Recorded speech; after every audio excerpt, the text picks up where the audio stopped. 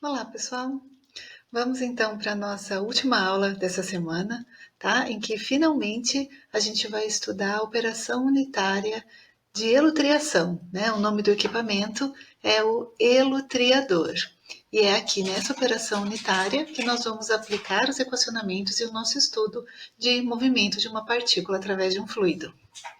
As equações que nós viemos estudando na aula passada são para nos ajudar a entender e a estudar os equipamentos de separação, tanto líquido sólido quanto gás sólido, tá? Equipamentos de separação líquido sólido são o sedimentador e o elutriador. E o equipamento de separação gás sólido aqui desse exemplo é a câmara de poeira. Tá legal? Sedimentador já foi? Check. Câmara de poeira já foi? Check. Falta a gente falar sobre o elutriador, que é um equipamento de separação de partículas sólidas presentes no meio líquido. Partículas grandes separam-se facilmente de um fluido, enquanto que as partículas finas tendem a seguir o mesmo percurso do fluido, tornando difícil a separação. Tá? Esse fluido pode ser um gás, como a gente viu lá na câmara de poeira, e pode ser um líquido, como a gente vai ver aqui no elutriador. Lembram lá da câmara de poeira? Vocês concordam comigo que um gás passando, carregando com partículas, dependendo da sua velocidade, dentro do equipamento da câmara, dá tempo de partículas maiores caírem, enquanto que as menores, aqui chamadas de finas, né, tendem a permanecer nesse gás, né, e sair nele, na saída do equipamento, porém se separando das maiores que haviam no início, na alimentação.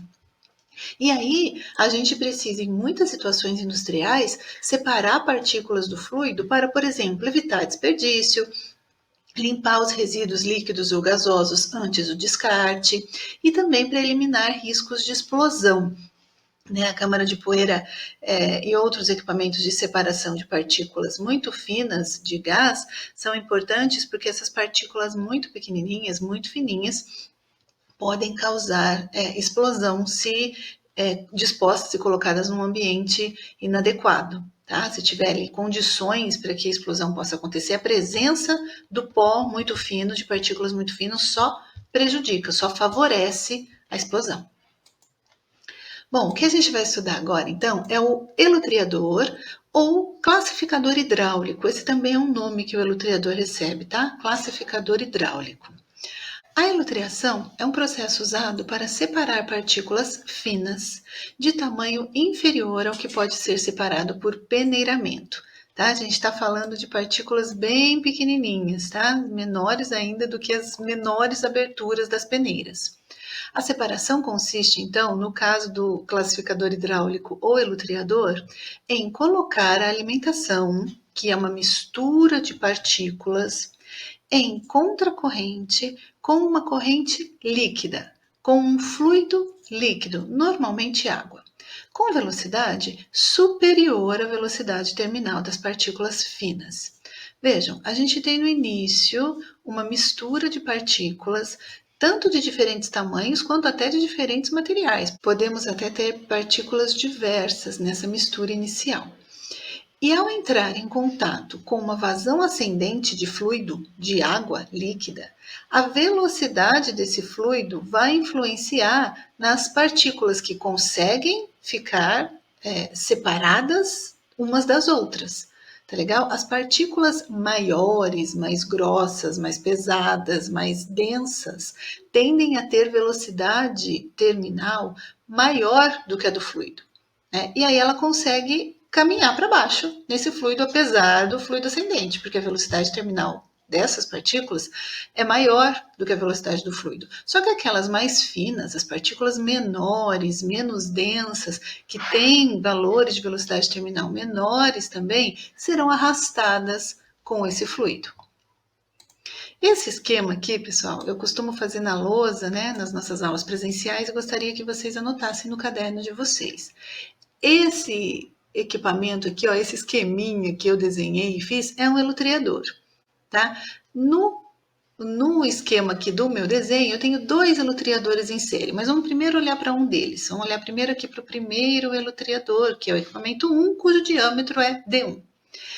Nós temos sempre aqui no elutriador uma corrente de entrada, que é a alimentação, que é aquela corrente que contém os sólidos de vários tamanhos. Então, além de ter diferentes tamanhos de partículas, a gente pode ter também uma mistura de materiais e consequentes densidades diferentes. Tá legal?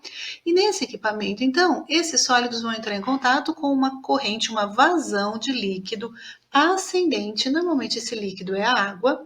E o que vai acontecer? Esse líquido tem uma velocidade tal, aqui que eu vou chamar de velocidade do líquido 1, porque está no equipamento 1, e essa velocidade é ascendente, tá?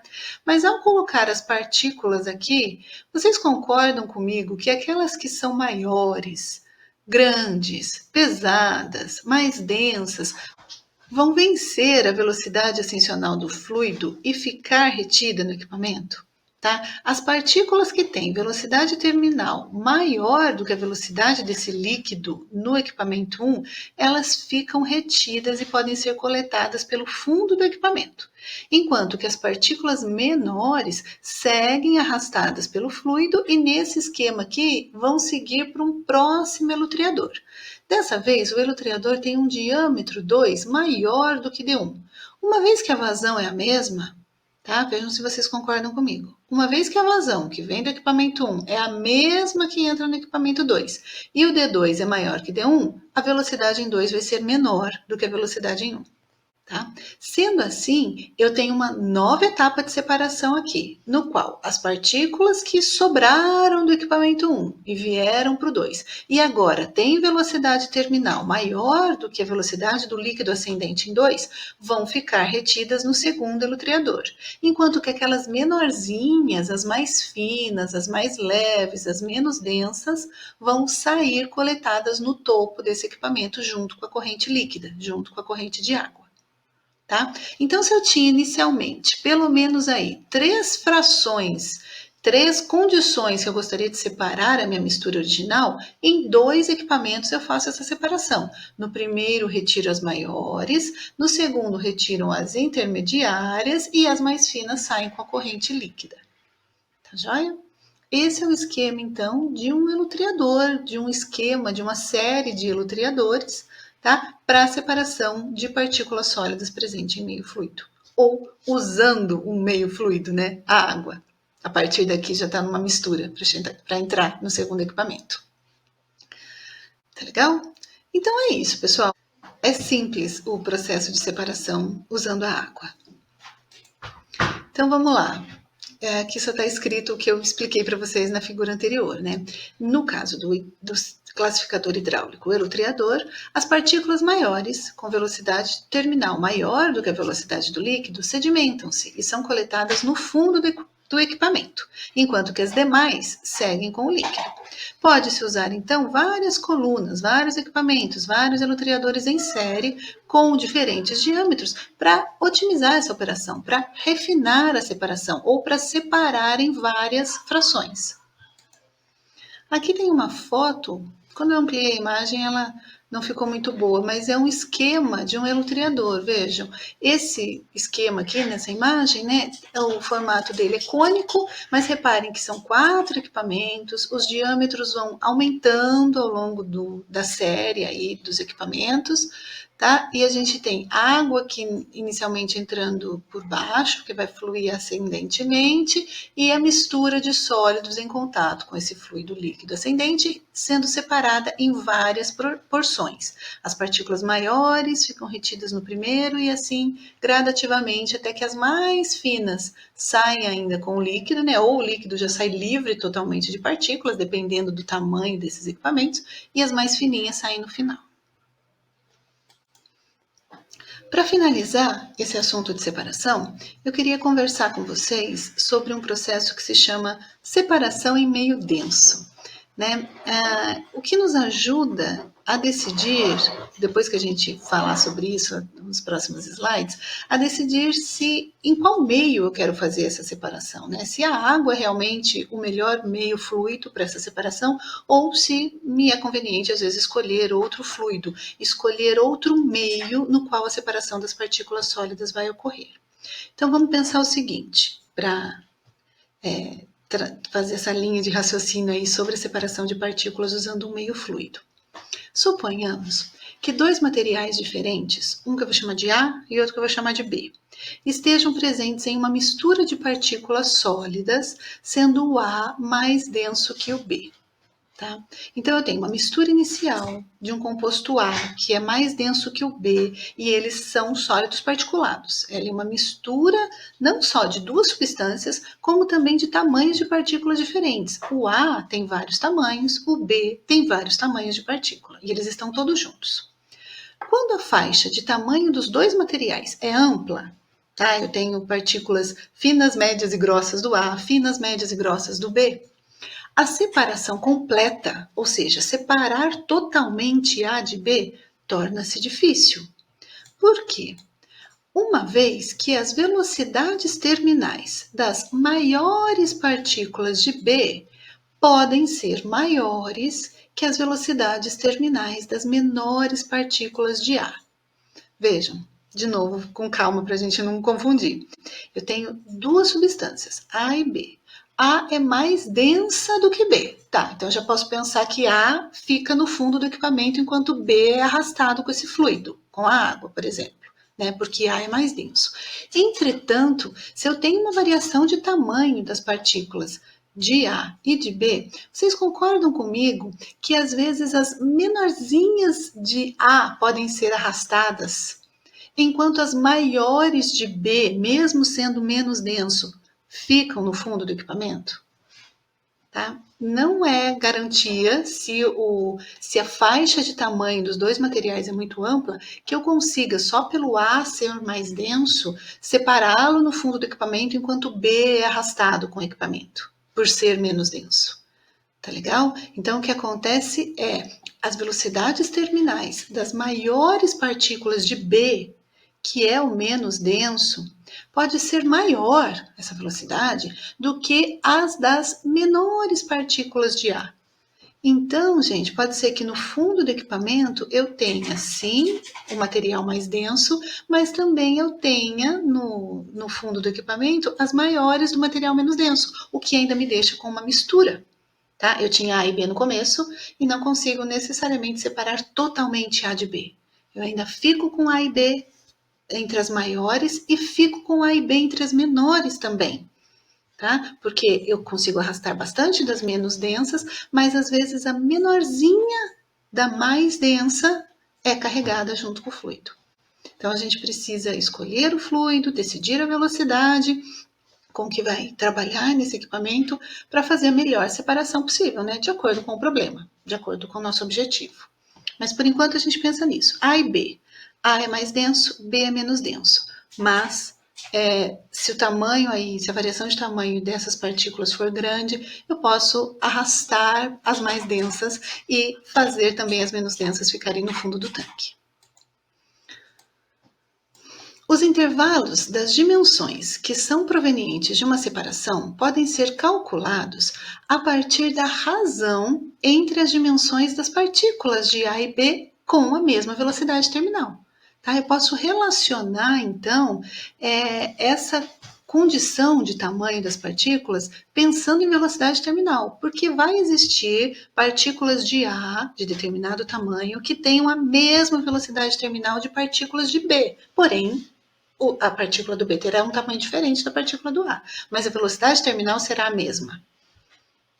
Aí, ó, veja se vocês concordam. Eu voltei lá para a equação 4 da velocidade terminal. Então, eu vou igualar a velocidade terminal do meu sólido A, então a densidade do A, o tamanho da partícula do A e o coeficiente de arraste do A. Igualei isso às condições do B, densidade do B, diâmetro do sólido B e coeficiente de arraste do sólido B. Tá? Para eu poder relacionar aí os tamanhos dessas partículas que têm a mesma velocidade terminal. Então, fazendo essa igualdade, é verdade a equação 10, em que a relação entre o diâmetro da partícula do sólido A se relaciona com a do sólido B em função das densidades desses materiais, o A, o B e o fluido, e também do coeficiente de arraste para cada material, tá? Para cada sólido. Bom, nós temos duas situações de escoamento. Se a gente tiver lá no escoamento turbulento, lembram da cara do gráfico? da cara do gráfico do CA em função do Reynolds. Quando o escoamento é turbulento, gente, o que a gente espera do CA? Concordam que, independente do Reynolds, lá no turbulentão mesmo, o CA é constante? Tá? Então, o CA vai ser constante para o sólido A, para o sólido B, e a gente pode simplificar a equação 10 na equação 11. Tá legal? Então, vejam que o diâmetro das partículas de A e B que eu consigo separar tem a ver com as densidades desses sólidos e como eles se relacionam com o fluido também. Tá? Tem a ver com esses valores, com essas diferenças de valores entre a densidade de um fluido, de um sólido e o fluido que está fazendo a separação. Legal? Então é possível a gente estimar aí essa relação de tamanhos das partículas que eu consigo separar. Mas se eu tiver no escoamento laminar, né, o coeficiente de arraste não é constante. O coeficiente de arraste é diferente, é variado. Nessa proporção aqui, lembram? Lá na aula 1 dessa semana, né, no que eu chamei de aula 1, a gente viu que na situação laminar, para Reynolds bem pequenos, o CA varia proporcionalmente com o Reynolds. Era 24 sobre Reynolds. Olha o Reynolds aqui, ó. Rho VD sobre Mi. Tá? O Reynolds está aqui.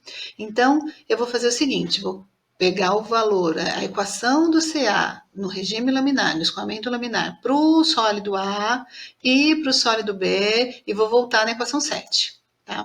Aí, gente, se a gente simplificar, voltar na equação 10, perdão, a gente chega na 12. Chegamos na equação 11 para o escoamento turbulento e na equação 12 para o escoamento laminar. E elas são parecidas, né? Exceto por um expoente aí. Então, o que a gente pode concluir? A gente pode concluir que a separação somente será possível se a razão de separação, vejam aqui, ó, a relação entre os diâmetros das partículas dos sólidos.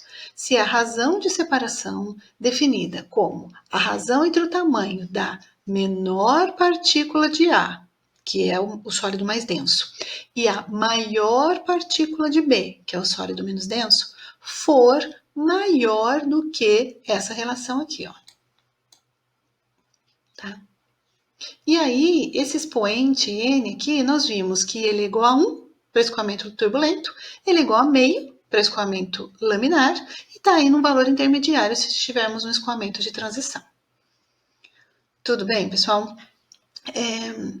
Voltem lá se vocês ficarem em dúvida com essa questão de tamanho da menor partícula de A, maior partícula de B. Falei no comecinho desse assunto quando a gente disse que o A era o mais denso, que o B era menos denso e que nós temos um intervalo de tamanho de partícula aí para separar.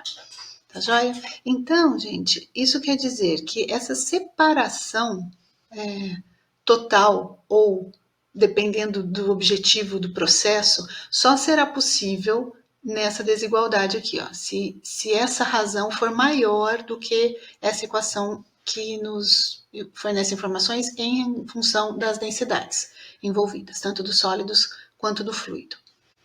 Tá legal? Então, essa equação 13 aí é bacana para vocês guardarem e que vocês entendam de onde ela veio, né? Esse conceito de duas substâncias, uma mais densa que a outra, e como que eu quero fazer a separação. O exercício 3, que eu propus essa semana, vai ser um bom exemplo, um bom exercício para a gente praticar a leitura do enunciado, a interpretação do problema de elutriação para usar essas equações e tratar o processo de separação. Tá legal?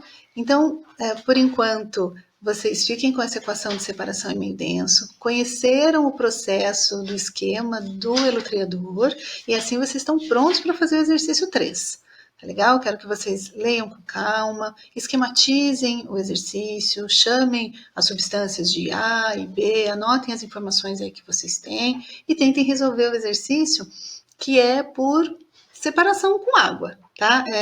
Conhecendo o tamanho de partícula, velocidade de partícula, aplicando o gráfico do CA pelo Reynolds, tá legal? Como nos exercícios da gota de chuva. Mas esse eu não vou fazer com vocês agora aqui nas videoaulas, tá? Esse eu gostaria que vocês tentassem fazer e trouxessem dúvidas para o nosso encontro ao vivo da terça-feira, da aula dessa semana. Tá joia, pessoal? Assim a gente encerra o assunto de elutriação, tá legal? E na próxima semana já estamos prontos para seguir em frente para a próxima operação unitária. Bons estudos, bom trabalho e até semana que vem. Espero vocês.